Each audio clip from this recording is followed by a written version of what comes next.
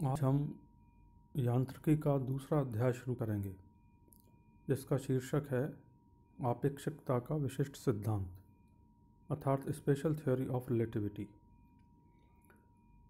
हम जानते हैं कि लाइट की स्पीड लगभग 3 × 10⁸ मीटर पर सेकंड होती है और यह सभी दिशाओं में होती है। हम कहीं भी इसको मेज़र करें, ये चेंज नहीं होती, बदलती नहीं है। लेकिन हम ये जानना चाहेंगे कि वेग किसी भी वस्तु का, गतिशील वस्तु का वेग जब दिया जाता है तो वो किसी रेफरेंस सिस्टम के अगेंस्ट दिया जाता है, अर्थात किसी कार्तीय निर्देशांक के सापेक्ष ही किसी दूसरी गतिशील वस्तु का वेग नापा जा सकता है। तो ये लाइट की जो स्पीड है 3 × 10⁸ मीटर पर सेकंड, ये किस निर्देश तंत्र के सापेक्ष है, ये जानना बहुत ज़रूरी है। Let us consider a frame of reference relative to which the speed of light is c in all the direction. Then according to Galilean transformation, the speed of light in any other inertial system which is in relative motion with respect to former will be different in different directions. यहाँ पर यह बताना आवश्यक है कि Galilean transformation के अनुसार यदि एक निर्देशांक स्थिर है और दूसरे निर्देशांक में ऑब्जर्वर बैठा हुआ है और वो किसी गतिशील वस्तु को, वेग को ऑब्जर्व कर रहा है, तो वो वेग बदलता हुआ दिखाई देगा।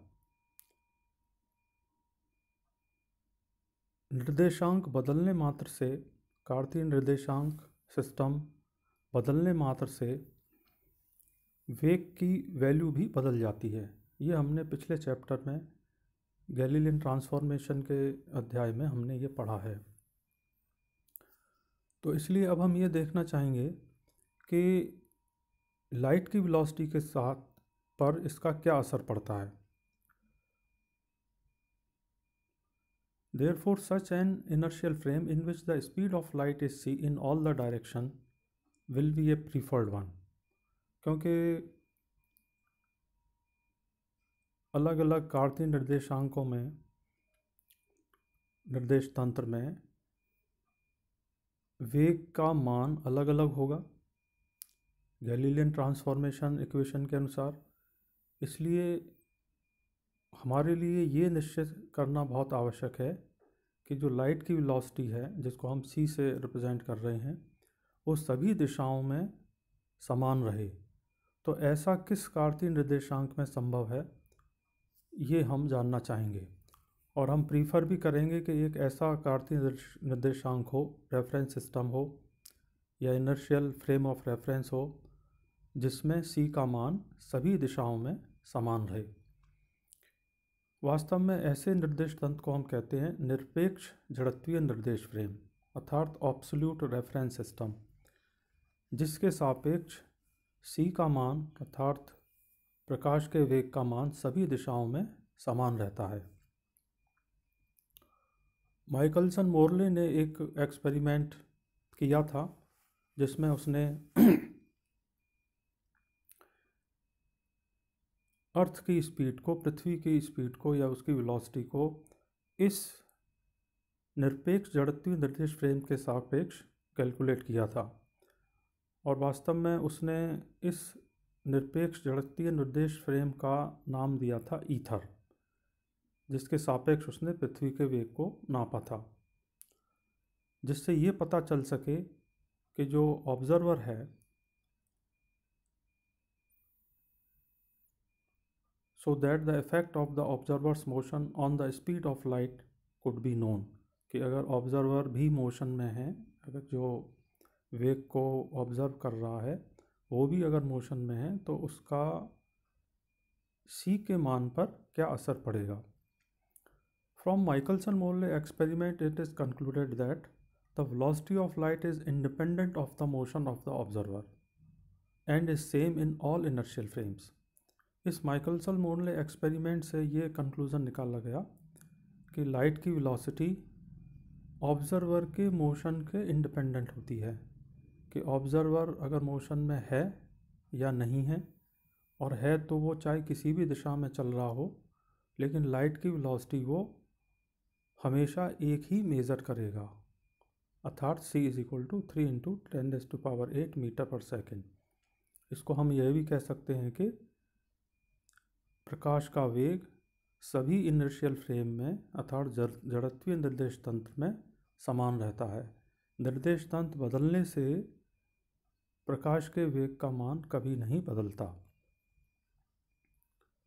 Newtonian equation of motions are valid only for the particles having speed much less than c। यहाँ पर मैं ये बताना चाहूँगा कि जो न्यूटन के इक्वेशन ऑफ मोशन हैं 3, वो सिर्फ उन पार्टिकल के या उन बॉडीज़ के लिए लागू होते हैं जिनका वेग प्रकाश के वेग से बहुत कम होता है। लेकिन अगर कोई पार्टिकल या बॉडी ऐसी है जिसका वेग लगभग प्रकाश के वेग के बराबर है, तो उस स्थिति में न्यूटन के गति के नियम भी बदल जाते हैं। Einstein modification of Newtonian mechanics holds even for the particles speed nearly equal to c and is called special theory of relativity. तो ऐसी स्थिति में जहाँ पर कण या कोई बॉडी जो लगभग c की वेलोसिटी से चल रही है, उस पर जो सिद्धांत लागू होते हैं, उन पर जो गति के नियम लागू होते हैं, इस विषय को कहा गया है स्पेशल थ्योरी ऑफ रिलेटिविटी, अर्थात आपेक्षिकता का विशिष्ट सिद्धांत। तो इन सिद्धांतों को न्यूटन ने ही प्रतिपादित किया था, और यहाँ हम ये जानना चाहेंगे कि वो सिद्धांत आपेक्षिकता के क्या हैं। न्यूटन के अनुसार time and space are invariant for all observers. Newton के अनुसार टाइम और स्पेस ये निश्चर होते हैं सभी ऑब्जर्वर के लिए, सभी प्रेक्षकों के लिए। But special theory of relativity tells us that both are variable for the observers at relativistic speeds. तो जैसा मैंने बताया आपको कि न्यूटन के नियमों के अनुसार टाइम और स्पेस का मतलब आप ये समझ सकते हैं जैसे x, y, z कोऑर्डिनेट या डिस्टेंस या दूरी, ये इन्वेरिएंट होते हैं, निश्चर होते हैं सभी प्रेक्षकों के लिए। लेकिन स्पेशल थ्योरी ऑफ रिलेटिविटी ये कहती है कि अगर पार्टिकल प्रकाश के वेग से गतिशील है तो ऑब्जर्वर के लिए वो निश्चर नहीं होगा, बल्कि वो वेरिएबल होगा, यानी उसका मान, टाइम और स्पेस के मान बदल जाएंगे। तो इस आधार पर आपेक्षिकता के विशिष्ट सिद्धांत के अभिग्रहित दिए गए जो निम्न हैं। पहला, all the laws of physics have the same form in all inertial systems moving with constant relative velocity to one another। इसका मतलब ये है कि भौतिक शास्त्र के सभी